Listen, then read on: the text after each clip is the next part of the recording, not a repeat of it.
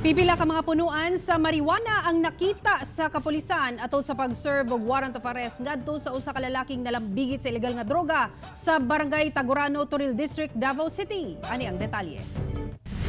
Nakurat ang operatiba sa Toril Police uban ang barangay captain sa Barangay Tagurano, Toril District. Diyang nakita nila sa area ang mga tanom nga marijuana.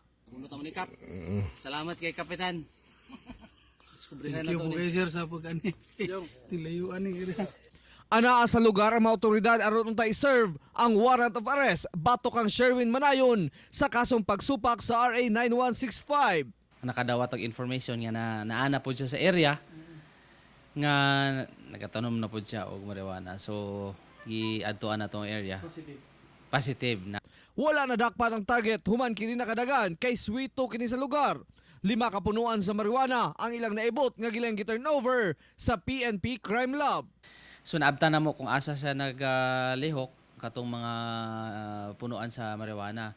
Naka-recover ta og 5 ka live marijuana plants i-uproot na to. Kauban si Melchor Awing sa kamera. Ako si Real Soroche para sa One Mindanao.